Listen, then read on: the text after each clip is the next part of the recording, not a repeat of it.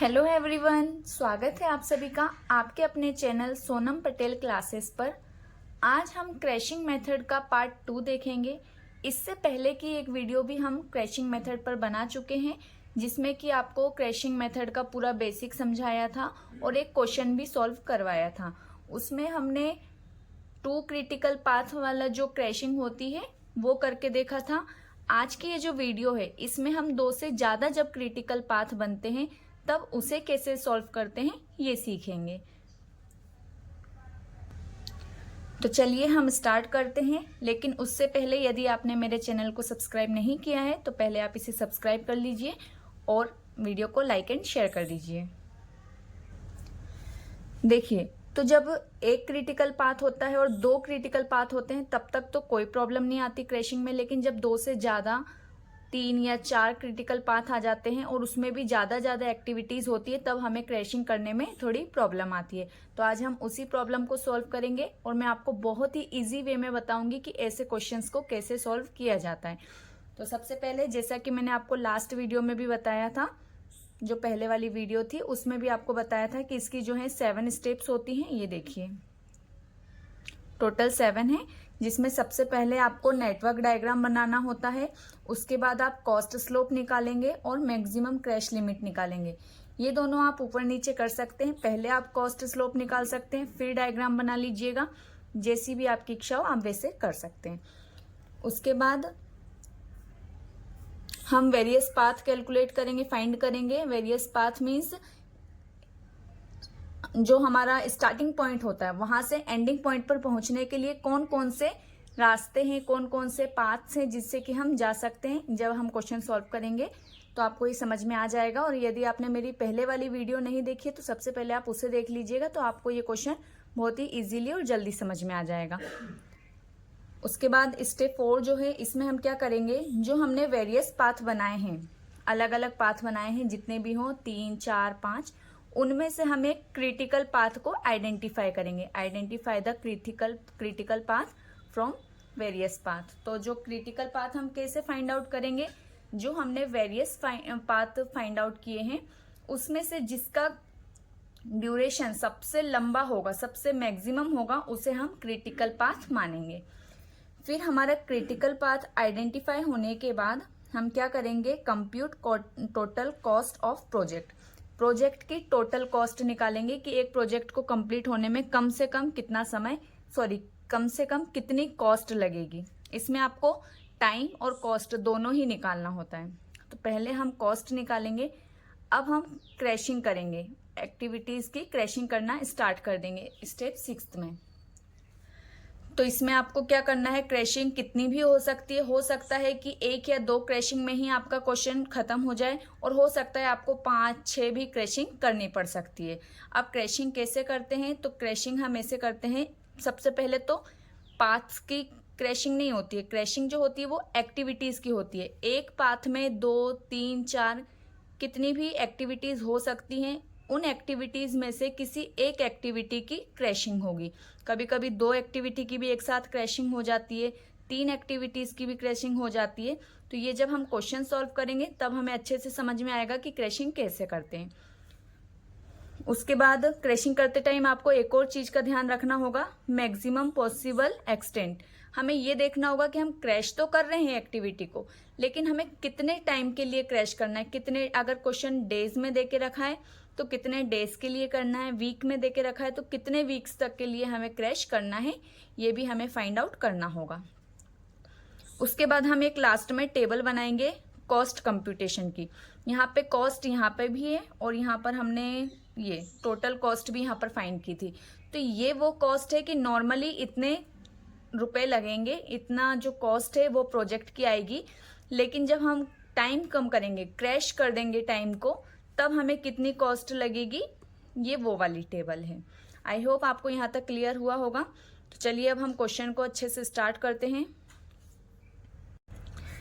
एक बात और देख लीजिए, क्रैशिंग जो है ये 2 टाइप से हो सकती है। अब आपको मतलब कैसे पता चलेगा कि क्रैशिंग हमें कहाँ तक करनी है, 1 क्रैशिंग करनी है या 2 करनी है, 3 करनी है, तो ये आपको इन दोनों चीज़ों से पता चलेगा।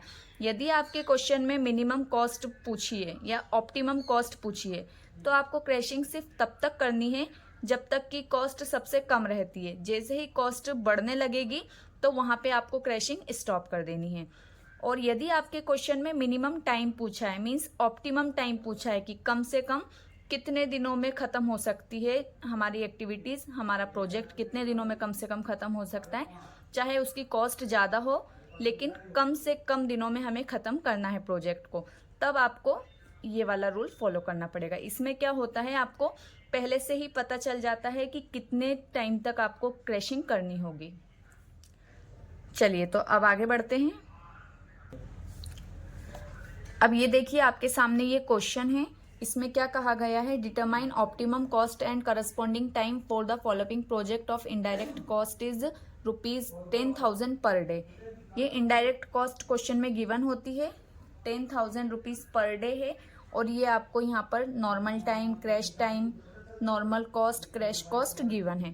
तो सबसे पहले हम क्वेश्चन को अच्छे से समझ लेते हैं। देखिए यहाँ पर एक्टिविटीज कितनी है, 1 से 2, 1 से 3, 2 से 3, 2 से 5, 3 से 5, 2 से 4 और 4 से 5। अब इनका नॉर्मल टाइम क्या है, जो एक्टिविटी 1 से 2 है उसका नॉर्मल टाइम है 8, मतलब 1 से 2 एक्टिविटी को खत्म होने में नॉर्मली कितने डेज लगेंगे, 8 डेज। लेकिन इसका क्रैश टाइम है 5। क्रैश टाइम का मतलब होता है टाइम को कम करना। तो एक्टिविटी जो 1 से 2 है ये वैसे तो 8 डेज में कंप्लीट होगी, लेकिन इसको हम थोड़ा सा जल्दी भी करवा सकते हैं, 5 दिन में भी हम इसे कंप्लीट करवा सकते हैं। तो ये 5 डेज तक ही कंप्लीट हो सकती है, लेकिन इससे कम नहीं हो सकता। ये जो होता है ये मतलब कम से कम ही डेज यहाँ पर होते हैं, इससे कम टाइम नहीं लग सकता। इतने दिन तो लगेंगे ही इस एक्टिविटी को कंप्लीट होने में। तो 8 डेज की जो एक्टिविटी थी वो हम 5 डेज में कंप्लीट करवा सकते हैं, लेकिन थोड़ा सा खर्चा ज़्यादा आएगा। पहले जब हम 8 डेज में कंप्लीट करवा रहे थे तब नॉर्मल कॉस्ट कितनी थी, 7,000, मतलब पहले 7,000 रुपीज़ लग रहे थे। लेकिन जब हमने उसे 5 डेज में जल्दी काम करवाया, अर्जेंट में काम करवाया, तो क्या हुआ, कॉस्ट बढ़ गई। हम नॉर्मली भी कोई यदि अर्जेंट में कुछ ऑर्डर करते हैं तो उसकी थोड़ी सी कॉस्ट बढ़ जाती है। तो ऐसे ही सेम इसमें भी होता है, यदि हम ज़्यादा जल्दी काम करवाएंगे तो हमें ज़्यादा वर्कर्स लगेंगे, ज़्यादा मशीनें लगेंगी, तो हमारी कॉस्ट थोड़ी सी बढ़ जाएगी। उसके बाद एक्टिविटी जो 1 से 3 है उसे नॉर्मली 12 डेज लग रहे थे, लेकिन इसे हम कम कर सकते हैं 2 डेज के लिए और इसे 10 डेज में कंप्लीट कर सकते हैं। इसमें पहले खर्चा 2,000 का आ रहा था, उसके बाद 2,800 रुपये का आएगा। ऐसे ही एक्टिविटी 2 से 3 जो है ये 6 डेज में कंप्लीट हो सकती थी, लेकिन हमने इसे 5 डेज में कंप्लीट कर सकते हैं क्रैशिंग करके। बट यहाँ पे खर्चा बढ़ जाएगा, पहले 5,000 आ रहा था, उसके बाद 6,200 आएगा। सेम ऐसे ही आपको सारी एक्टिविटीज में देखना है। तो सबसे पहले हम क्या करेंगे, ये जो एक्टिविटीज है इन एक्टिविटीज की हेल्प से नेटवर्क डायग्राम कंस्ट्रक्ट करेंगे, जो कि हमारी पहली स्टेप है। नेटवर्क डायग्राम मैंने आपको पहली वीडियो में भी बताया था, इससे पहले वाली जो क्रैशिंग वीडियो है उसमें भी आपको बताया था। उससे पहले मैंने CPM method, critical path management की जो मेथड है उसमें भी बताया था। एक बार मैं आपको वापस रिपीट कर देती हूँ। तो चलिए हम इसे बनाना स्टार्ट करते हैं। ये क्या है, 1 से 2। तो सबसे पहले हम 1 से 2 है, 1 से 3 भी है, तो 1 से पहले 2 और 1 से 3। उसके बाद 2 से 3, तो 2 जहां पर एंड हो रहा है 2 से 3, 2 से 5 और फिर 3 से भी 5, तो मतलब 2 और 3 के बीच में आना चाहिए। 2 से 5 और ये 3 से 5। उसके बाद 2 से 4, तो ये देखिए 2 से 4, 4 से 5, 4 से 5। ये हमारा डायग्राम कंप्लीट हुआ। अब आपको क्या करना है, जो नॉर्मल टाइम और क्रैश टाइम इसमें क्वेश्चन में गिवन है, आपको वो क्वेश्चन ये डायग्राम पर यहाँ पर लिखना है। सबसे पहले हम नॉर्मल टाइम लिखते हैं। 1 से 2 का कितना है, 8। फिर 1 से 3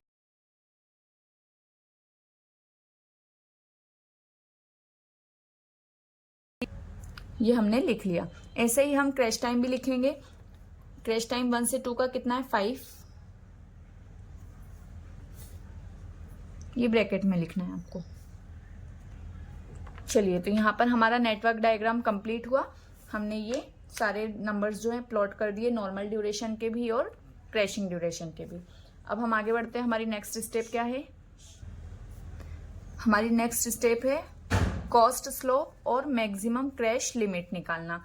तो अब हम कॉस्ट स्लोप कैसे निकालेंगे और मैक्सिमम क्रैश लिमिट कैसे निकालेंगे? तो जो क्वेश्चन आपको दिया हुआ है सेम वैसे ही आपको टेबल बनानी है और 2 कॉलम एक्स्ट्रा बनाने हैं, एक कॉस्ट स्लोप का और एक मैक्सिमम क्रैश लिमिट का। ये देखिए, यहाँ तक तो आपको क्वेश्चन में गिवन होगा 1 2 3 4 5, 5th कॉलम तक आपको क्वेश्चन में ही गिवन होगा। और ये आपको कॉस्ट स्लोप का एक्स्ट्रा कॉलम बनाना है और मैक्सिमम क्रैश लिमिट का भी एक्स्ट्रा कॉलम बनाना है। अब हम ये फाइंड कैसे करते हैं? तो देखिए, जो नॉर्मल कॉस्ट और क्रैश कॉस्ट है, इन दोनों का डिफरेंस ऊपर लिखना है और इन दोनों का डिफरेंस नीचे लिखना है। अब देखिए 9400 माइनस 7000 कितना आया? 2400। अब हमें इसको डिवाइड करना है किससे? इन दोनों के डिफरेंस से। तो इन दोनों का डिफरेंस कितना है? 3। तो डिवाइडेड बाय 3 कितना आंसर आया? 800। तो ये हमारा 800। ऐसे ही सेम आपको नेक्स्ट के लिए भी करना है। इन दोनों का डिफरेंस कितना है? 800। इन दोनों का डिफरेंस कितना है? 2। तो 800 को हम 2 से डिवाइड करेंगे तो 400 आएगा। ये देखिए, तो ये यहाँ पे 400 आ गया। ये कॉस्ट स्लोप क्या दिखाता है? कॉस्ट स्लोप पर डे की कॉस्ट दिखाता है। जब हम किसी काम को जल्दी करवाएंगे तो एक दिन में कितना खर्चा आएगा। मतलब कोई काम था, उसे 12 दिन लग रहे थे काम को कंप्लीट होने में, लेकिन हमने उसे 10 दिन में कंप्लीट करवाया। तो जो कॉस्ट हमें पहले 2000 रुपये लग रही थी, वो हमें उस काम को कंप्लीट करवाने में, 10 दिन में कंप्लीट करवाने में 2800 लगी। मतलब कितने रुपए ज़्यादा लगे? 800 रुपये ज़्यादा लगे। तो 800 रुपये ज़्यादा लगे क्योंकि हमने 2 दिन जल्दी काम करवाया था। इसका मतलब एक दिन जल्दी करवाते तो कितना लगता? 400 रुपये। तो ये जो कॉस्ट होती है ये पर डे की होती है, एक दिन की होती है कि यदि एक दिन में हम एक दिन जल्दी काम करवाते हैं तो उसमें कितना खर्चा आएगा। यदि 1 से 2 एक्टिविटी को हम एक दिन जल्दी काम करवाएंगे तो 800 रुपीज़ लगेगा पर डे का। 1 से 3 एक्टिविटी को एक दिन जल्दी करवाएंगे तो 400 लगेगा। सेम ऐसे ही आपको ये पूरा कॉस्ट स्लोप निकाल लेना है। अब बारी आती है मैक्सिमम क्रैश लिमिट की। तो ये आपको कुछ नहीं, सिंपल डिफरेंस निकालना है नॉर्मल टाइम और क्रैश टाइम का। हमें ये देखना है कि एक्टिविटी जो 1 से 2 है ये मैक्सिमम कितनी क्रैश हो सकती है। तो इन दोनों का डिफरेंस 8 डेज नॉर्मली लग रहे थे, हम इसे कम से कम 5 डेज करवा सकते हैं। तो 8 डेज से 5 डेज में हम कंप्लीट करवा सकते हैं। मीन्स कितने दिन की क्रैशिंग हुई? 3 दिन की। लेकिन इससे कम नहीं करवा सकते, 5 दिन से कम नहीं करवा सकते। 5 दिन तो मिनिमम लगेंगे ही लगेंगे 1 से 2 एक्टिविटी को कंप्लीट होने में। तो मैक्सिमम क्रैश लिमिट कितनी हो गई? 3। इसकी मैक्सिमम क्रैश लिमिट कितनी है? 12 दिन का काम हम 10 दिन में करवा सकते हैं, मीन्स 2 डेज की क्रैश लिमिट। 6 डेज के काम को हम 5 डेज में करवा सकते हैं, 1 डे की क्रैशिंग। 8 डेज को 7 डेज में 1, 7 - 4 3, 6 - 4 2, 5 - 3 2।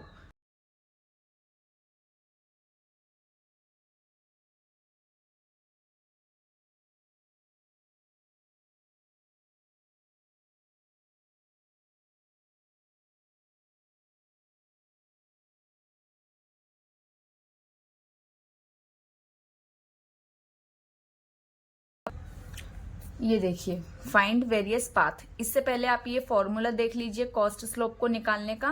Crash cost minus normal cost upon normal time minus crash time. वही बात है, इन दोनों का डिफरेंस, कॉस्ट का डिफरेंस अपॉन में टाइम का डिफरेंस। लेकिन यदि आप इसे सिस्टमेटिक लिख कर आएंगे एग्जाम में तो अच्छे मार्क्स मिलेंगे। तो ये आपको जैसे मैंने 1 से 2 एक्टिविटी के लिए बताया था कि ये उसकी क्रैश कॉस्ट थी, ये नॉर्मल कॉस्ट थी, इन दोनों का डिफरेंस, और 8 - 5 इनके टाइम का डिफरेंस, तो ये आएगा 800। ऐसे ही आपको सारे कॉस्ट स्लोप निकालने हैं। चलिए, तो अब ये थर्ड स्टेप जो है फाइंड वेरियस पाथ, ये हम कैसे फाइंड आउट करेंगे? तो आपको पहले 3 कॉलम बना लेने हैं, एक्टिविटीज का, नॉर्मल ड्यूरेशन का और क्रैश ड्यूरेशन का। एक्टिविटीज में हम क्या लिखेंगे? सॉरी यहाँ पर एक्टिविटीज़ और पाथ आएगा। ये हमारे पाथ्स हैं, ये वेरियस पाथ्स हैं, ठीक है। तो ये कहाँ से आए हैं, ये आपका जो नेटवर्क डायग्राम है उसमें से आपको बनाने हैं। ये देखिए, यहाँ पे हमें ये फाइंड आउट करना होता है कि जो हमारा स्टार्टिंग पॉइंट है, यहाँ से यहाँ पहुँचने के लिए किन किन पाथ्स की हेल्प ले सकते हैं। तो यहाँ से यहाँ पहुँचने के लिए हम कैसे जाएंगे, सबसे पहले 1 से 2 पर जाएंगे, 2 से 4 और 4 से 5, 1 2 4 5। तो 1 से 2, 2 से 4, 4 से 5, ये हमारा पहला रास्ता बना, पहला पाथ बना, ठीक है। उसके बाद हम सेकेंड ऑप्शन क्या है हमारे पास कि हम 1 से पहले 2 जाएंगे और 4 ना जाते हुए हम 2 से डायरेक्ट 5 पे जा सकते हैं। तो 1 से 2, 2 से 5, ये हमारा सेकेंड पाथ बना। उसके बाद हम 1 से 2, 2 से 3, 3 से 5। तो देखिए 1 से 2, 2 से 3, 3 से 5, ऐसे भी जा सकते हैं। उसके बाद लास्ट ऑप्शन है हमारे पास कि हम 1 से 3 और 3 से डायरेक्ट 5 पर चले जाएं। तो ये देखिए 1 से 3, 3 से 5, अब और कोई ऑप्शन नहीं है, हमने चारों जो पाथ थे फाइंड आउट कर लिए हैं। तो ये ऐसे हमारा वेरियस पाथ फाइंड आउट होता है। उसके बाद हमें नॉर्मल ड्यूरेशन फाइंड आउट करना है। तो नॉर्मल ड्यूरेशन जो अब हमारा ये वेरियस पाथ आए थे, सारे अलग अलग पाथ थे, तो उसमें जो एक्टिविटीज़ है, जैसे ये 1 से 2 है, तो उसका ड्यूरेशन क्या था नॉर्मल, तो 1 से 2 का नॉर्मल ड्यूरेशन क्या है 8, तो आपको यहाँ 8 लिखना है। उसके बाद 2 से 4, 2 से 4 इसका नॉर्मल ड्यूरेशन क्या है 6, ये जो ब्रैकेट में है ये क्रैश ड्यूरेशन है, इसको देखना है। तो 8 + 6 + 5, 8 + 6 + 5 19। अब यहाँ पे हमें 1 से 2, 2 से 5 में देखना है, तो 1 से 2 और 2 से 5 इन दोनों का देखना है। तो 8 + 8, 8 + 8 16, 1 से 2, 1 से 2, 2 से 3, 3 से 5, तो 1 से 2 का कितना है 8, 6 और ये 7, 8 + 6 + 7, यहाँ पे हम इनका प्लस कर देंगे। सेम ऐसे ही आपको इसका भी करना है। 1 से 3, 1 से 3 का 12 और ये 7, 12 + 7 19, ये हमने नॉर्मल ड्यूरेशन निकाला। सेम ऐसे ही आपको क्रैश ड्यूरेशन निकालना है, बस इसमें आपको इनको प्लस नहीं करना है, ये जो ब्रैकेट वाले हैं इसको प्लस करना है। 5 + 4 + 3, 5 + 4 + 3, ये आपके सारे फाइंड आउट हो जाएंगे। अब हमें क्या करना है, इन दोनों में से जो मैक्सिमम वैल्यू है, हायर वैल्यू है, उसे सिलेक्ट करना है।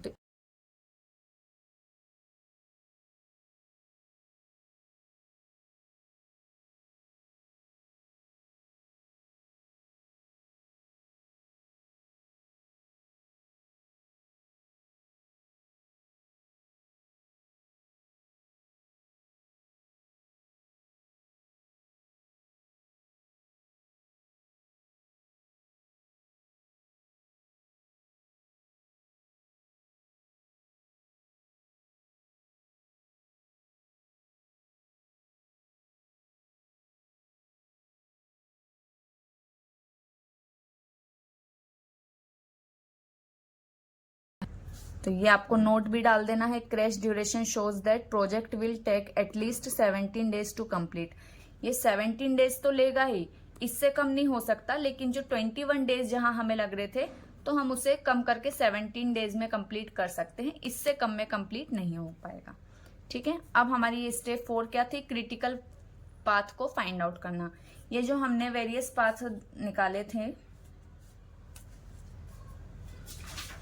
ये हमारे जो वेरियस पाथ थे, इसमें से ही हमें एक क्रिटिकल पाथ को चूज करना होता है।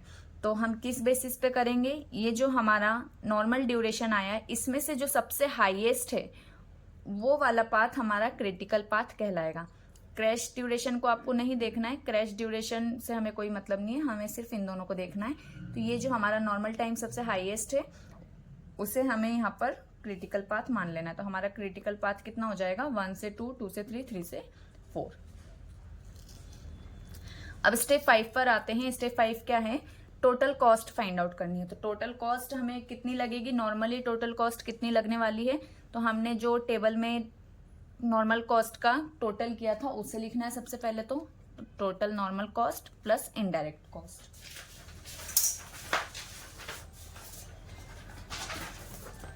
ये देखिए, ये हमने नॉर्मल कॉस्ट का यहाँ पर टोटल लगाया था, यही टोटल आपको यहाँ पर लिखना है। प्लस पर डे की जो इनडायरेक्ट कॉस्ट क्वेश्चन में गिवन थी 10,000 रुपीज, इस 10,000 को हमें 21 से मल्टीप्लाई करना है। अब 21 से मल्टीप्लाई क्यों करना है? क्योंकि प्रोजेक्ट को कंप्लीट होने में कितने दिन लगेंगे? 21, और एक दिन की कॉस्ट कितनी है? 10,000, तो 21 की कितनी हो जाएगी? इन दोनों का इंटू करके पता चलेगा। तो ये हमारा 2,10,000 आ जाएगा, और उसमें हम इसको भी प्लस कर देंगे तो टोटल जो कॉस्ट आएगी प्रोजेक्ट की वो है 2,41,900। तो नॉर्मल इतनी कॉस्ट लगेगी, लेकिन जब हम इसकी क्रैशिंग करेंगे तो हो सकता है कॉस्ट कम भी हो और फिर एक टाइम के बाद कॉस्ट वापस बढ़ने भी लगेगी। तो क्वेश्चन पे डिपेंड करता है कि हमें क्रैशिंग कहाँ तक करनी है। यदि क्वेश्चन हमारा मिनिमम कॉस्ट वाला है तब हमें सिर्फ तभी तक क्रैशिंग करनी है जब तक हमारी कॉस्ट कम आती रहेगी। उसके बाद अगर कॉस्ट बढ़ने लगेगी तब हम उसे क्रैश नहीं करेंगे, वहाँ पर हमारी क्रैशिंग स्टॉप हो जाएगी। लेकिन यदि ऑप्टिमम ड्यूरेशन का बोला है कि हमें ऑप्टिमम टाइम फाइंड आउट करना है, भले ही कॉस्ट बढ़ने लगे उससे कोई प्रॉब्लम नहीं है, तब आपको क्या करना है, जो हमारा ये क्रैश ड्यूरेशन आया था यहाँ तक आपको क्रैशिंग करनी है। मतलब 17 जब तक डेज ना आ जाए तब तक आपको क्रैशिंग करनी है। तो चलिए, हमारी 5th स्टेप भी यहाँ पर कंप्लीट हुई। अब हमारी 6th स्टेप स्टार्ट होती है, जो कि है क्रैशिंग एक्टिविटीज। अब यहाँ पर तो ये देखिए, हमारी 6th स्टेप जो है क्रैशिंग एक्टिविटीज, इसमें अब हम क्या करेंगे, सबसे पहले आपको ये टेबल बना लेनी है। ये टेबल आप कभी भी बना सकते हैं, जब हमने वेरियस पाथ कैलकुलेट करा था, फाइंड करा था, उसके जस्ट बाद भी आप ये टेबल बना सकते हैं, और क्रैशिंग एक्टिविटी जब हम स्टार्ट करेंगे तब भी आप इसे बना सकते हैं। ये आपके ऊपर डिपेंड करता है, ठीक है। ये टेबल आपको जरूर से बनानी है, क्योंकि इससे एकदम सिस्टमेटिक लगेगा और आप भी कोई कंफ्यूज नहीं होंगे कि आपको क्या करना है, ठीक है। तो वेरियस पाथ लिख लेना है सबसे पहले, जो हमने फाइंड आउट किए थे सेम वही लिख लेना है। और जो नॉर्मल ड्यूरेशन था, 1 मिनट में आपको दिखा देती हूँ, ये जो हमने वेरियस पाथ फाइंड आउट किए थे ना, ये आपको यहाँ पर लिखने हैं। और ये जो हमारा नॉर्मल ड्यूरेशन है 19, 16, 21, 19, इसको आपको नॉर्मल ड्यूरेशन में लिख देना है 19, 16, 21, 19। क्रैश टाइम को हमें कुछ भी नहीं करना है, इसे आप ऐसे छोड़ दीजिएगा। अब देखिए, हम क्रैशिंग यहाँ पर स्टार्ट करते हैं। तो सबसे पहले हमने ये 4-5 कॉलम बना लेने हैं। ये कॉलम ये शो करते हैं जब क्रैशिंग हो जाती है, उसके बाद उस एक्टिविटी के लिए, उस पाथ के लिए कितना ड्यूरेशन बचा है। तो यहाँ पर आपको बाद की वैल्यू लिखनी है, क्रैशिंग के बाद की जो बची हुई वैल्यू रहती है रिमेनिंग, वो यहाँ पर लिखना है, रिमेनिंग ड्यूरेशन लिखना है। तो सबसे पहले हम यहाँ पे 4-5 कॉलम बना के लिख लेंगे, 1st, 2nd, 3rd, 4th। अब हमें नहीं पता कितनी क्रैशिंग होगी इस क्वेश्चन में, लेकिन फिर भी आपको 4, 5 तो लिख ही लेना है। इसमें से हो सकता है 3rd क्रैशिंग में भी आपका आंसर आ सकता है, 4th में भी, 5th में भी, और हो सकता है 6th भी करनी पड़े। लेकिन इतना लंबा क्वेश्चन नहीं आता है, मैक्सिमम 3, 4 तक ही आता है, ठीक है। अब हम फर्स्ट क्रैशिंग स्टार्ट करते हैं। तो क्रैशिंग स्टार्ट करने के लिए सबसे पहले हमें क्रिटिकल पाथ का पता होना ज़रूरी है। तो अभी हमने क्रिटिकल पाथ फाइंड आउट किया था हमारी स्टेप नंबर 4th में। कौन सा था हमारा क्रिटिकल पाथ? जिसका ड्यूरेशन सबसे हाई था, ये हमारा क्रिटिकल पाथ है। तो इस क्रिटिकल पाथ को आपको लिख लेना है। अब इस क्रिटिकल पाथ में कौन कौन सी एक्टिविटीज़ शामिल है वो हमें यहाँ लिखनी है। तो देखिए, इसमें सबसे पहले 1 से 2 एक्टिविटी है, 2 से 3, तो 2 से 3, और 3 से 5 एक्टिविटी है। तो ये हमने तीनों एक्टिविटीज़ को यहाँ पर लिख लिया है। अब इन तीनों एक्टिविटीज़ का कॉस्ट स्लोप आपको लिखना है, जो हमने कॉस्ट स्लोप फाइंड आउट किया था उसमें से देखकर। ये देखिए, 1 से 2 जो एक्टिविटी है उसका 800 है, 1 से 2 उसका कॉस्ट।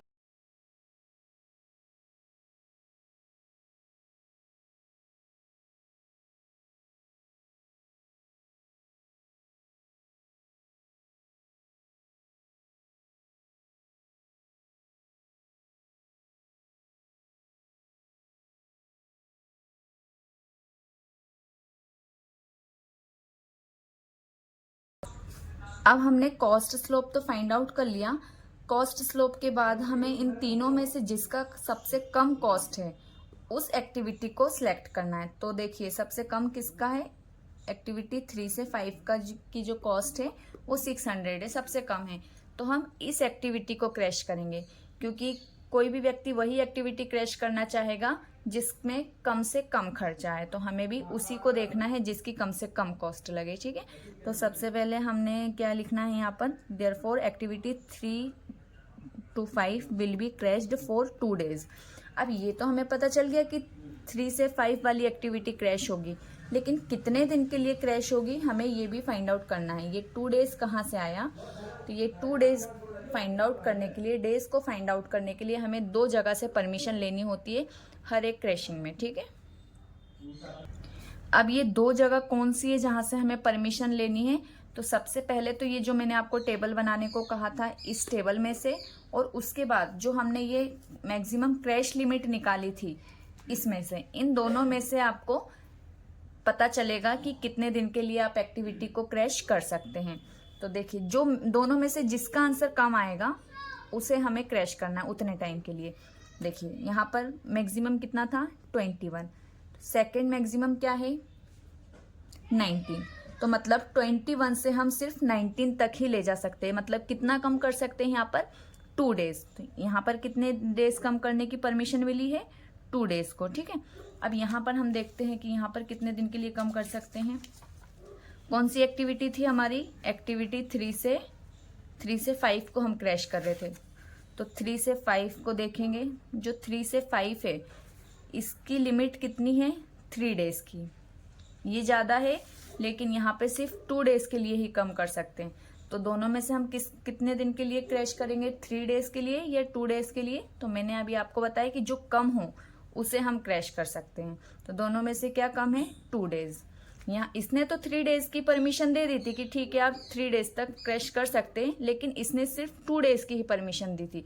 तो हम सिर्फ 2 days के लिए ही यहाँ पर क्रैश कर सकते हैं। तो अब 2 days से क्रैश हो जाएगा, तो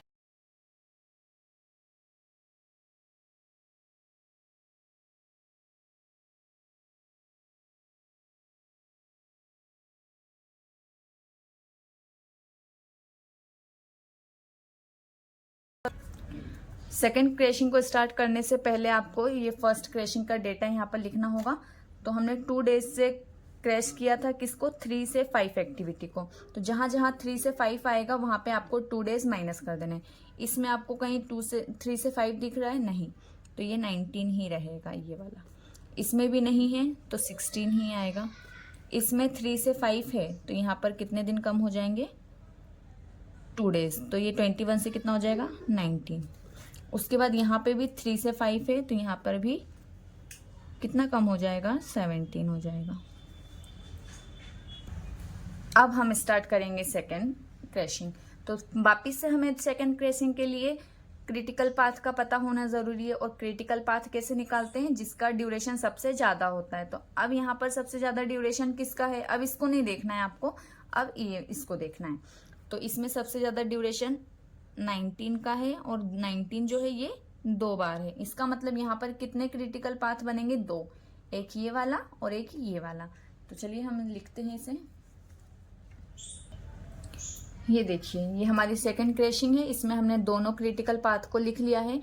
अब पहले क्रैशिंग में हमने क्या किया था कि ये देखिए, एक ही क्रिटिकल पाथ था, उसमें जो एक्टिविटीज थी उनको लिखा और उनका कॉस्ट स्लोप देखा, और जो सबसे कम कॉस्ट स्लोप था उसको हमने क्रैश कर दिया। लेकिन जब 2 क्रिटिकल पाथ आ जाते हैं तब हम डायरेक्ट ऐसा नहीं कर सकते। सबसे पहले हमें दोनों पाथ से मिलकर एक क्या बनाना होता है, पॉसिबल पाथ्स बनाने होते हैं।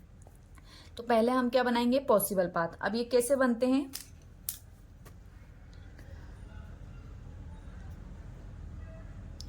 तो सबसे पहले दोनों में से एक एक एक्टिविटीज आपको लेनी पड़ेगी। तो पहले जो कॉमन होते हैं उनको लिखना पड़ता है। दोनों में क्या कॉमन है, 1 से 2, एक पाथ ये बना, क्योंकि 1 से 2 इसमें भी है, 1 से 2 इसमें भी है, दोनों में से एक एक हमने ले लिया, वो हमारा एक पाथ बन गया। उसके बाद दूसरा क्या है, और भी कुछ इसमें कॉमन है, नहीं है। तो अब हम क्या करेंगे,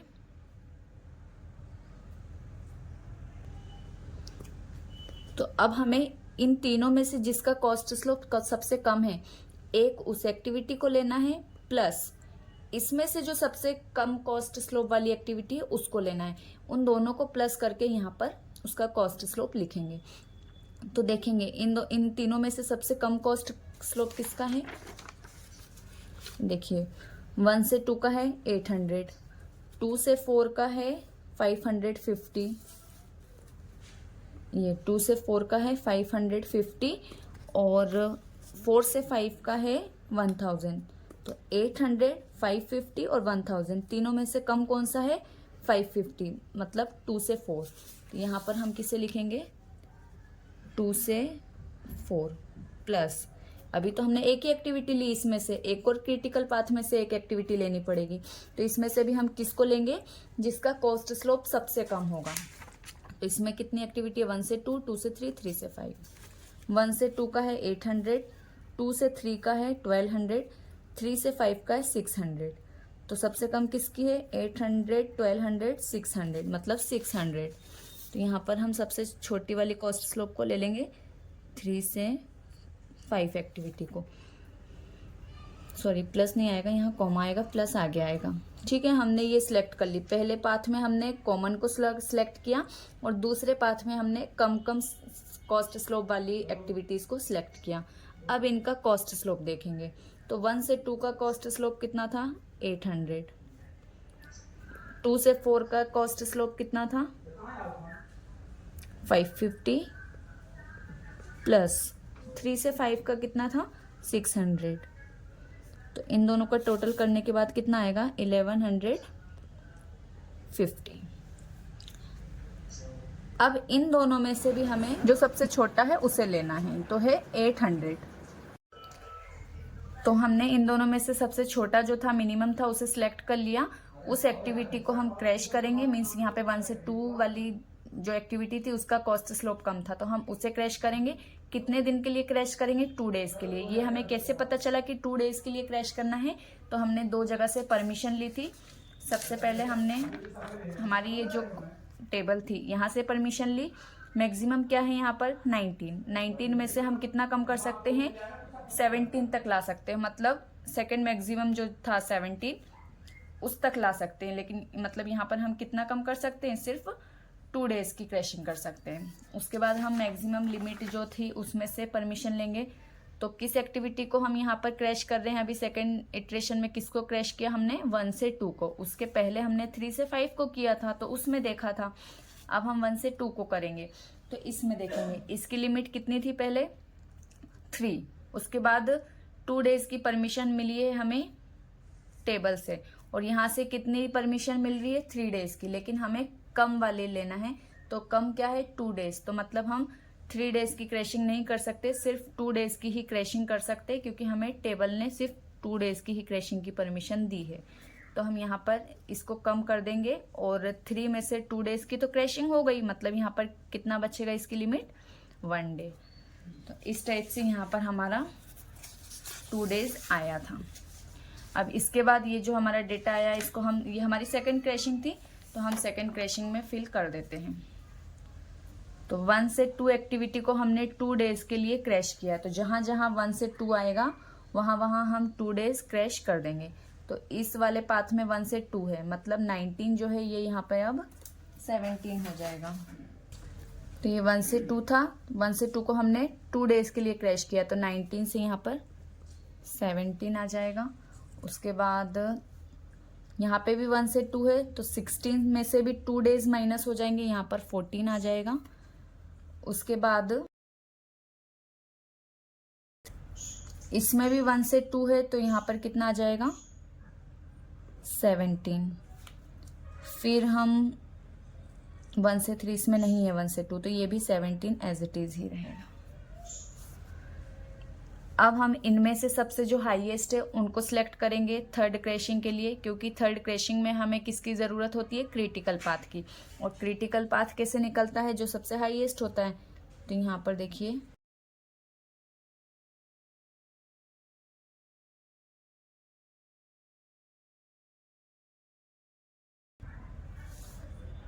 तो कितने क्रिटिकल पाथ बनेंगे जिनकी क्रैशिंग होनी है? एक ये, एक ये, एक ये। इनमें से हम कुछ एक्टिविटीज़ बनाएंगे, कुछ पॉसिबल पाथ बनाएंगे और फिर उन पर क्रैशिंग करेंगे। कितने दिन की क्रैशिंग होगी उसके लिए हमें क्या करना होता है? 2 जगह से परमिशन लेनी होती है। अब सबसे पहले आप एक चीज़ देखिए, कि यहाँ पर भी हमारा ये 17 डेज आ चुके हैं और यहाँ पर भी हमें जो क्रैश ड्यूरेशन था ये भी 17 डेज तक, मतलब यहीं तक था। तो इसका मतलब ये था कि हमें सिर्फ यहाँ तक ही क्रैशिंग करनी है, मतलब 2 इटरेशन में ही हमारा आंसर कंप्लीट हो सकता है। लेकिन मुझे आपको ये 3 क्रिटिकल पाथ को कैसे सॉल्व करते हैं ये भी करके दिखाना है, तो इसलिए मैं आपको इसे और आगे तक सॉल्व करके दिखाती हूँ। तो अब हम हमारी थर्ड क्रैशिंग स्टार्ट करेंगे।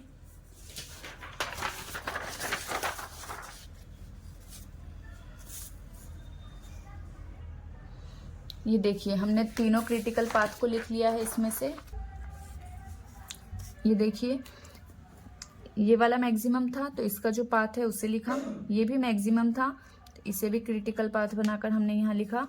उसके बाद ये भी सेम था तो इसका भी हमने क्रिटिकल पाथ यहाँ पर लिख लिया। अब हम इनकी क्या एक्टिविटीज निकालेंगे। तो इसमें कौन कौन सी एक्टिविटीज हैं। सबसे पहले 1 से 2, 2 से 4, 4 से 5, 1 से 2, 2 से 3, 3 से 5,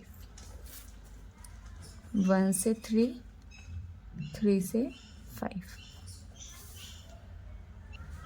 तो जब भी एक से ज़्यादा क्रिटिकल पाथ होता है तो आपको इस टाइप से लिखने के बाद उनके पॉसिबल डायग्राम बनाने पड़ते हैं, पॉसिबल पाथ बनाने पड़ते हैं, सॉरी। और पॉसिबल पाथ बनाने के बाद का जो कॉस्ट स्लोप होता है उसे देखा जाता है। और जब एक क्रिटिकल पाथ होता है तब हम डायरेक्ट एक्टिविटीज़ का कॉस्ट स्लोप देख लेते हैं। अब इसमें आप पॉसिबल पाथ कैसे बनाएंगे। तो सबसे पहले तो हमें तीनों में से एक एक एक्टिविटी की ज़रूरत है। तो पहले हम कॉमन एक्टिविटीज़ को देखते हैं। देखिए इन दोनों में से क्या कॉमन है, 1 से 2, 1 से 2। यहाँ हमने लिख दिया 1 से 2। तो इन दोनों में से तो एक एक एक्टिविटी ले ली हमने, 1 से 2, 1 से 2। इसमें से भी एक लेनी पड़ेगी। तो इसमें से हम जिसका कॉस्ट स्लोप सबसे कम होगा हम उस एक्टिविटी को यहाँ पर लेंगे। तो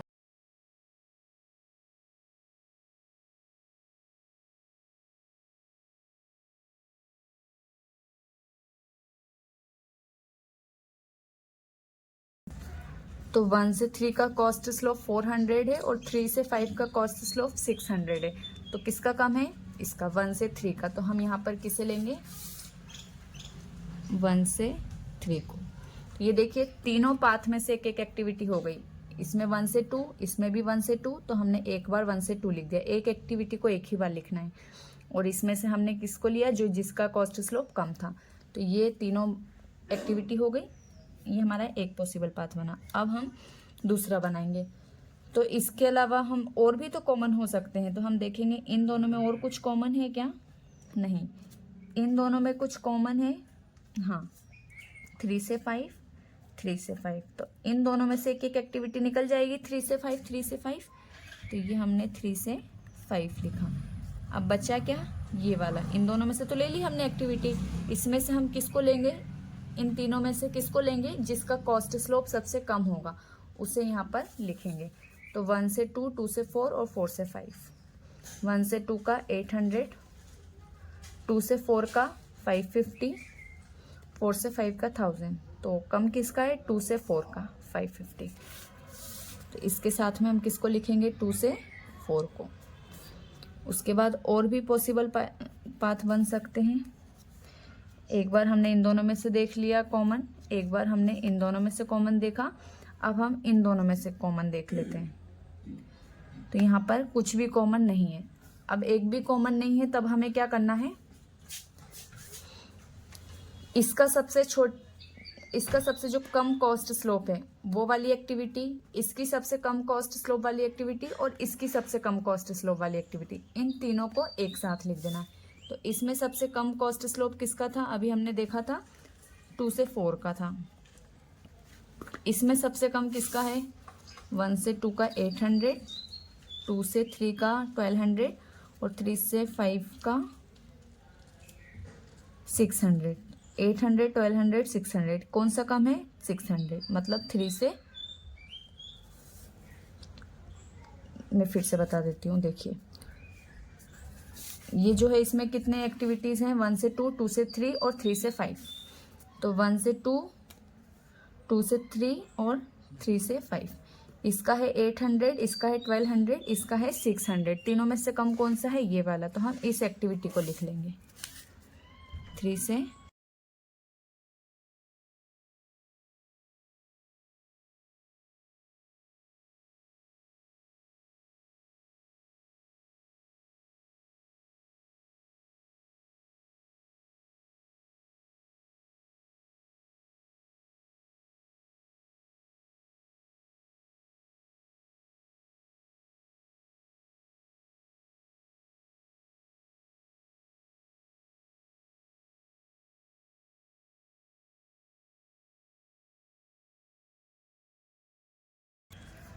तब आपको सबका सबसे कम कॉस्ट स्लोप वाली एक्टिविटीज को लिख लेनी है। इसमें से 3 एक्टिविटीज थी, तो जिसका सबसे कम कॉस्ट स्लोप है उसको लिख लिया, इसमें से भी सबसे कम कॉस्ट स्लोप वाले को लिख लिया, और इसमें से भी हमने कम कॉस्ट स्लोप वाले को लिख लिया।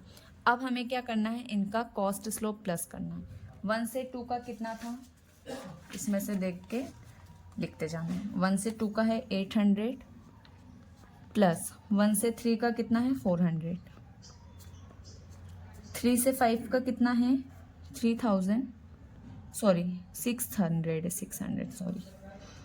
उसके बाद 2 से 4 का कितना है? 550।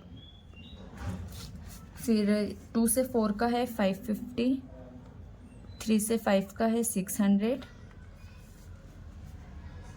और 1 से 3 का है 400। इन्हें अब हमें टोटल लगा देना। तो यहाँ आएगा 1200, 1150 और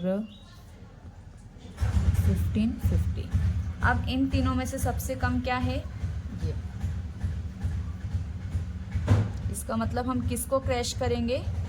3 से 5 को और 2 से 4 को। जरूरी नहीं है कि हमेशा एक ही एक्टिविटी क्रैश होगी, एक से ज़्यादा एक्टिविटीज़ भी क्रैश हो सकती है। एक से ज़्यादा एक्टिविटीज़ कब क्रैश होती हैं? जब क्रिटिकल पाथ एक पाथ से ज़्यादा होता है।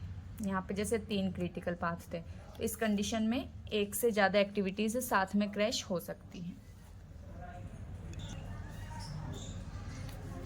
तो अब हम क्या लिखेंगे? देयरफॉर एक्टिविटी 3 से 5 एंड 2 से 4 विल बी क्रैश्ड फॉर कितने डेज? अब ये डेज हमें फाइंड आउट करने होंगे, और डेज फाइंड आउट करने के लिए हम क्या करते हैं? 2 जगह से परमिशन लेते हैं, एक हमारी टेबल से और एक मैक्सिमम लिमिट वाली टेबल से। तो ये देखिए यहाँ पे क्या है? 17 मैक्सिमम था और सेकंड मैक्सिमम क्या है? 14। मतलब 17 से हम सिर्फ 14 तक ही आ सकते हैं। तो कितने दिन की यहाँ पे क्रैशिंग हो सकती है? 3 डेज की। तो इस टेबल ने हमें कितनी परमिशन दी है? 3 डेज की। उसके बाद अब हम मैक्सिमम लिमिट वाली जो टेबल है उसमें से देखेंगे। तो हम किस एक्टिविटी को क्रैश कर रहे हैं? हम यहाँ पर 2 एक्टिविटी को क्रैश कर रहे हैं, तो हमें दोनों में देखना होगा 3 से 5 कितनी परमिशन दे रहा है और 2 से 4 कितनी परमिशन दे रहा है। तो देखिए 3 से 5 की जो परमिशन है वो सिर्फ 1 डे की है, उसकी लिमिट जो है वो 1 डे ही है, इससे ज़्यादा वो क्रैश हो ही नहीं सकती। और 2 से 4 जो है, 2 से 4 2 डेज के लिए क्रैश हो सकता है। भले ही ये 2 डेज के लिए हो जाएगा और हमें टेबल में से भी 3 डेज की परमिशन मिल गई है, लेकिन 3 से 5 जो है वो तो 1 डे के लिए ही क्रैश हो सकती है ना। तो हमें जो सबसे कम है उसके हिसाब से चलना होता है। तो इसकी क्रैशिंग सिर्फ 1 डे की है, तो हम पूरी क्रैशिंग जो है वो 1 डे के लिए ही करेंगे। अब इसकी लिमिट 1 डे की थी और 1 डे की क्रैशिंग भी हो जाएगी, तो अब ये बचेगा 0। मतलब अब इस पूरी क्रैश हो चुकी है, अब इससे ज़्यादा क्रैशिंग इस पर नहीं की जा सकती है। तो हम यहाँ पर क्या लिखेंगे? कितने दिन की क्रैशिंग करी हमने? 1 डे की। तो अब इसको हम हमारी इस थर्ड क्रैशिंग वाली टेबल में भर देते हैं। किस एक्टिविटी को हमने क्रैश किया है? अभी यहाँ पर 2 एक्टिविटीज़ को, 3 से 5 और 2 से 4। तो हम देखेंगे 3 से 5 और 2 से 4 किस किस एक्टिविटीज़ में आ रहा है। यहाँ पर 2 से 4 कहाँ आ रहा है? यहाँ। तो इसका मतलब इसे हम 1 डे के लिए कम कर देंगे। इसमें 2 से 4 या 3 से 5 कुछ है क्या? नहीं। इसमें 2 से 4 या 3 से 5 है? हाँ, 3 से 5 है। तो मतलब यहाँ पे भी हम, यहाँ तो कुछ नहीं था तो एज इट इज़ रहेगा, लेकिन यहाँ पे 3 से 5 है तो ये 1 डे से कम हो जाएगा, 17 से 16 हो जाएगा। ये भी 17 से 16 हो गया। यहाँ पे भी 3 से 5 है तो ये भी 17 से 16 हो जाएगा। अगेन हमारे क्रिटिकल पाथ वापस वही बन जाएंगे और इसके बाद वापस से सेम प्रोसेस फॉलो होगी।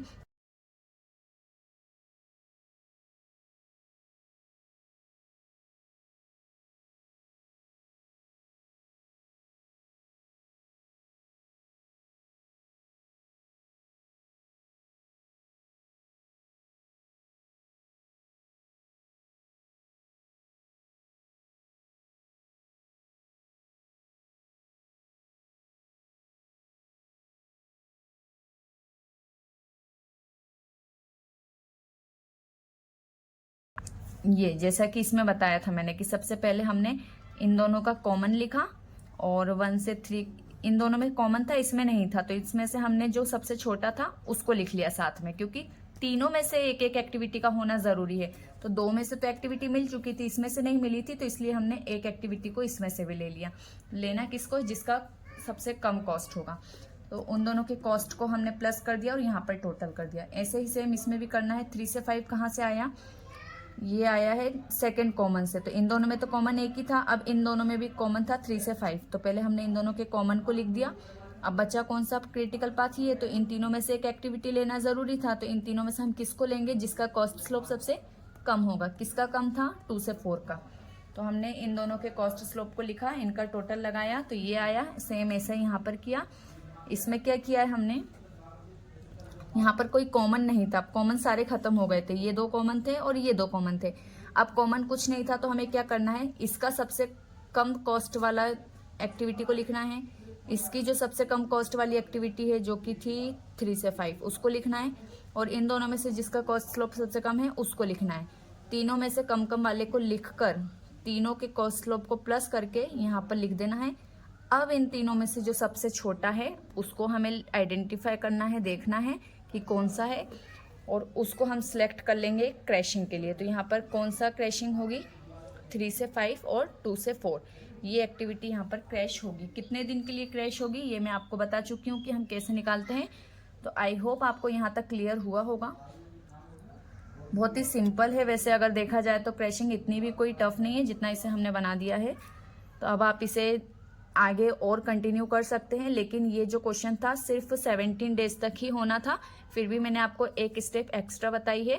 तो चलिए अब हम लास्ट इसकी टेबल बना लेते हैं, जो कि है कॉस्ट कंप्यूटेशन टेबल। तो ये है हमारी टोटल कॉस्ट कंप्यूटेशन टेबल।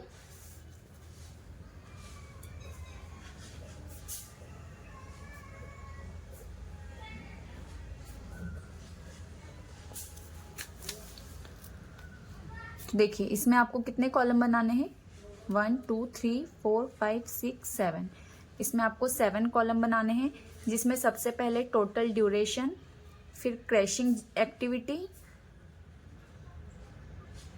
कि हमने जिस एक्टिविटी को क्रैश किया था उसे लिखेंगे यहाँ पर, उसके बाद direct cost, crashing cost, cumulative crashing cost, indirect cost और टोटल कॉस्ट। अब सबसे पहले जब हमने प्रोजेक्ट स्टार्ट ही किया था तो उस प्रोजेक्ट को कंप्लीट होने में कितने डेज लग रहे थे, तो हमने फाइंड आउट किया था कि 21 डेज लग रहे हैं।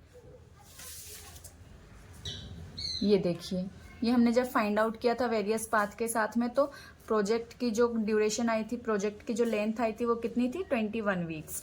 तो सबसे पहले हम यहाँ पर क्या लिखेंगे, 21 वीक्स।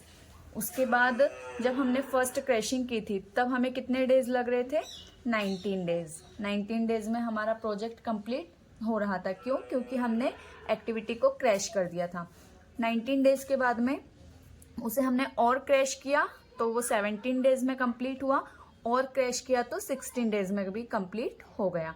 लेकिन हमें ये जो क्वेश्चन है हमेशा तभी तक करना होता है जो हमारा क्रैश टाइम रहता है। ये देखिए, ये 17 आया था तो हमें सिर्फ यहाँ तक करना था, ये वाला हमने एक्स्ट्रा में किया है, तो कोई प्रॉब्लम नहीं है, आपको समझाने के लिए ये किया था मैंने, बाकी आप यहाँ तक करके इसे छोड़ सकते हैं। तो अब हम इनकी कॉस्ट निकाल लेते हैं। ये देखिए, क्रैशिंग एक्टिविटी कौन सी थी, तो सबसे स्टार्टिंग में तो हमने कोई क्रैशिंग नहीं की थी, तो वहाँ पर आप डैश लगा दीजिए। उस टाइम पर हमें सिर्फ कौन सी कॉस्ट लग रही थी, डायरेक्ट कॉस्ट। तो ये अब हमने जो टोटल किया था नॉर्मल कॉस्ट का, उसे आपको यहाँ पर लिखना है। उसके बाद जब क्रैशिंग ही नहीं हुई थी तो क्रैशिंग कॉस्ट भी नहीं आएगी, कम्युलेटिव में भी कुछ नहीं आएगा। अब वहाँ पर क्या लग रहा था, इनडायरेक्ट कॉस्ट। तो देखिए इनडायरेक्ट कॉस्ट जो है वो 10,000 पर डे है। तो हमने कितने डेज में ये कंप्लीट कर रहे हैं, 21 डेज में। तो 21 डेज में कितना एक्सपेंसेस हो जाएगा, कितना खर्चा आएगा, 2,10,000। इसको और इसको प्लस कर देंगे तो कितना आएगा, टोटल कॉस्ट कितनी हो जाएगी, इतनी। तो अब यहाँ पर क्या हुआ कि जब हमारा प्रोजेक्ट 21 डेज में कंप्लीट हो रहा था तब हमें इतनी कॉस्ट लग रही थी। फिर हमने उसे जल्दी जल्दी करवाया तो 19 डेज में कंप्लीट होने तक में क्या हो रहा था कि हमने एक एक्टिविटी को क्रैश किया था जिसका नाम है 3 से 5 एक्टिविटी। फर्स्ट क्रैशिंग में हमने इसको क्रैश किया था। तो डायरेक्ट कॉस्ट तो देखिए सब में सेम लगेगी, तो आप डायरेक्ट कॉस्ट को डायरेक्ट यहाँ पर लिख सकते हो पहले से। अब जो हमने ये एक्टिविटी क्रैश की थी इनको भी आप लिख दीजिए। पहली क्रैशिंग में 3 से 5, सेकेंड क्रैशिंग में 1 से 2 और थर्ड क्रैशिंग में हमने 3 से 5 और 2 से 4 दो एक्टिविटी को क्रैश किया था। तो यहाँ दोनों को लिख दीजिएगा। यदि इससे ज़्यादा आती है क्रैशिंग में तो फिर आप इससे ज़्यादा भी यहाँ पर लिख सकते हो। उसके बाद डायरेक्ट कॉस्ट आप सब में लिख दीजिएगा सेम। फिर हम आते हैं क्रैशिंग कॉस्ट पर। तो अभी मैंने बताया कि इसमें कुछ नहीं आएगा लेकिन इसमें आएगा। क्यों? क्योंकि यहाँ पर क्रैशिंग हुई है। तो क्रैशिंग किसकी हुई थी, 3 से 5 एक्टिविटी की। इसकी कॉस्ट कितनी थी, कॉस्ट स्लोप को देखना है हमें। एक दिन जल्दी करवाने की कॉस्ट कितनी आ रही थी, 600। ये देखिए मैं आपको दिखाती हूँ, 3 से 5 एक्टिविटी। तो ये 3 से 5 एक्टिविटी जो है इसको जब हम जल्दी करवा रहे थे तो इसका कॉस्ट स्लोप कितना आया था, 600। ऐसे ही आपको इसका कॉस्ट स्लोप देखना है। तो कॉस्ट स्लोप हमने 600 लिखा है। ये 2 कहाँ से आया है, क्योंकि ये 600 जो है ये एक दिन की कॉस्ट है, लेकिन हमने तो इसे 2 दिन से क्रैश किया है ना। 21 में ख़त्म हो रहा था और हमने 19 डेज में कंप्लीट कर रहे हैं। तो कितने डेज की क्रैशिंग हुई, 2 डेज की। तो यहाँ पे 2 से मल्टीप्लाई करेंगे तो कितने कॉस्ट हो जाएगी, ये 1200 रुपये। सेम यहाँ पे भी ऐसे ही करना है। हमने 1 से 2 एक्टिविटी को क्रैश किया था। 1 से 2 एक्टिविटी का कॉस्ट स्लोप कितना था, 800। और हमने यहाँ पर कितने दिन की क्रैशिंग कर रहे हैं, 2 डेज की। कैसे पता चला, 19 से 17 हो गया, मतलब यहाँ पर 2 डेज कम हो गए। तो 2 दिन की कॉस्ट लगेगी। एक दिन की यदि 800 है तो 2 दिन की कितनी हो जाएगी, 1600 रुपये क्रैश कॉस्ट एक्स्ट्रा लगेगी। फिर हमने और क्रैशिंग की तो यहाँ पर हमने 2 एक्टिविटी को क्रैश किया। डायरेक्ट कॉस्ट तो एज इट इज थी। यहाँ पर अब हमने 1150 कहाँ से आया, ये देखिए 3 से 5 एक्टिविटी का कितना है, 600 और 2 से 4 एक्टिविटी का कॉस्ट स्लोप कितना है, 550। दोनों को प्लस करके कितना आएगा, 1150। और ये 1 कहाँ से आया, 17 में कंप्लीट हो रहा था, हमने और कंप्लीट करवाया, एक दिन और कम करवा दिए तो कितना हो गया, 16। तो यहाँ पर कितने डेज की क्रैशिंग करी हमने, 1 डे की, तो इसलिए यहाँ पर 1 आया। तो एक दिन की कॉस्ट कितनी आ जाएगी, 1150। अब इसमें आपको कम्युलेटिव भी फाइंड करना होता है। तो सबसे पहले तो कोई क्रैशिंग नहीं थी तो कुछ नहीं आएगा। उसके बाद ये 1200 आएंगे पहली क्रैशिंग के। अब कम्युलेटिव में हमें एक के बाद एक प्लस करते जाना है। जब हम 19 डेज में कंप्लीट करवा रहे थे, सबसे पहले 21 डेज था, फिर हमने उसको कम करवाया तो इतने रुपए एक्स्ट्रा लगे। फिर हमने इसको और कम करवाया तो इतने तो लग ही गए हैं हमारे पैसे, तो उसको तो लिखेंगे, प्लस इसका जो और खर्चा आया कम करवाने का उसको भी प्लस कर देंगे। तो इसका मतलब अब हमें टोटल कितने रुपए का और पे करना पड़ा, कितने रुपए और पे करने पड़े, तो 2800। फिर हमने और कम करवाया, इसको और जल्दी करवाया, तब हमें इतने पैसे तो लग ही रहे थे और इसका एक दिन का और खर्चा जो बढ़ गया था वो इतना है। तो इसमें हम इसको प्लस कर देंगे तो इतना आएगा। तो यहाँ पे आपको कम्युलेटिव निकालते जाना है। इसमें इसको प्लस करना है, यहाँ आएगा, इसमें इसको प्लस करना है, यहाँ आएगा। फिर इनडायरेक्ट कॉस्ट, तो पहले की तो इनडायरेक्ट कॉस्ट मैंने आपको बता दी। अब इनडायरेक्ट कॉस्ट इसमें, तो देखिए पहले 21 डेज में कंप्लीट हो रहा था इसलिए 21 से मल्टीप्लाई किया था। अब 19 डेज तक ही बस प्रोजेक्ट चलेगा और कंप्लीट हो जाएगा। तो अब जो पर डे की कॉस्ट है वो 19 डेज तक लगेगी। तो यहाँ पे 1,90,000 आ जाएगा। देखो यहाँ पर ये कॉस्ट अब कम लग रही है, पहले इतनी लग रही थी, फिर इतनी लग रही है, क्योंकि हमने डे कम कर दिए और जो पर डे का खर्चा आता था वो कम लग रहा है। लेकिन बस यहाँ पर कॉस्ट बड़ी है, क्रैश को एक्टिविटी को क्रैश करने में जो खर्चा बढ़ा है वो यहाँ पर बढ़ा है, लेकिन साथ ही साथ में पर डे की जो इनडायरेक्ट कॉस्ट थी वो भी तो कम हुई है। तो यहाँ पर फायदा भी है और कभी कभी नुकसान भी रहता है। लेकिन फायदा इसलिए है क्योंकि हमें डेज कम करने में खर्चा कम आ रहा है, लेकिन हमारा खर्चा बच ज्यादा रहा है। यहाँ पर देखिए एक दिन में 10,000 रुपये बच रहे हैं, जबकि एक दिन की कॉस्ट सिर्फ 600 रुपये आ रही है और 2 दिन की 1200 रुपये आ रही है। तो जब ऐसा होता है तो हम इसकी क्रैशिंग अच्छी मानते हैं। उसके बाद यहाँ पर क्या हुआ है देखिए, अब 17 डेज में कंप्लीट हो रहा है। तो जो 10,000 पर डे लग रहे थे वो अब सिर्फ 17 डेज तक लगेंगे, मतलब कितने 1,70,000 रुपये लगेंगे। फिर 16 डेज में कंप्लीट हो रहा है तो 16 डेज इंटू 10,000, तो उसकी वैल्यू यहाँ पर आ जाएगी। अब टोटल कॉस्ट कैसे निकालेंगे, तो इसमें आपको 3rd कॉलम, 5th कॉलम और 6th कॉलम को प्लस करना है। डायरेक्ट कॉस्ट तो प्लस होगी, फिर हमारी कम्युलेटिव को प्लस करना है। ये वाली क्रैशिंग कॉस्ट को प्लस नहीं करना है, कम्युलेटिव को प्लस करना है। और डायरेक्ट, इनडायरेक्ट और कम्युलेटिव। तो इसमें तो ये है नहीं, तो इन दोनों को प्लस करके यहाँ आया। इसमें इसको और इसको प्लस किया तो यहाँ आएगा। इन तीनों को प्लस किया, इसको, तो यहाँ पर इतना आ जाएगा। फिर इसको और इसको प्लस किया तो इतना आ जाएगा। अब देखिए यहाँ पर हमें क्रैशिंग में फ़ायदा हो रहा है। क्यों? क्योंकि पहले जो हमारी कॉस्ट थी वो 2,41,900 थी, उसके बाद कम हुई। उसके बाद हमने और क्रैशिंग की तब भी कम हुई, उसके बाद और क्रैशिंग की तब भी कम होती आ रही है। लेकिन इससे ज़्यादा क्रैशिंग पॉसिबल नहीं है, क्योंकि ये 17 डेज तक ही बस हो सकता था।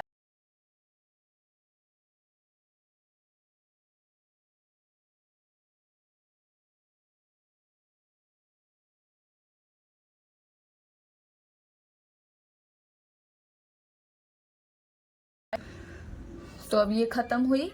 उसके बाद अब आप चाहें तो इसे और आगे कंटिन्यू कर सकते हैं, क्योंकि हमारे क्वेश्चन में ऑप्टिमम कॉस्ट निकालने को कहा था। कॉस्ट तो अभी माइनस होती जा रही, कम होती जा रही है। तो जब तक कॉस्ट डबल से बढ़ने ना लग जाए तब तक आप इसकी क्रैशिंग कंटिन्यू रख सकते हैं, और यहाँ तक सिर्फ 17 डेज तक भी करके छोड़ सकते हैं। ये आप पर डिपेंड करता है, आप जैसे भी इसे करना चाहें। तो अभी के इस सिचुएशन में अगर हम देखें तो हमारा ऑप्टिमम सॉल्यूशन क्या कहलाएगा, ये यहाँ पर देखिए सबसे कम कॉस्ट जो है इसमें है। तो कम कॉस्ट के हिसाब से टाइम कितना लग रहा है, 16 डेज।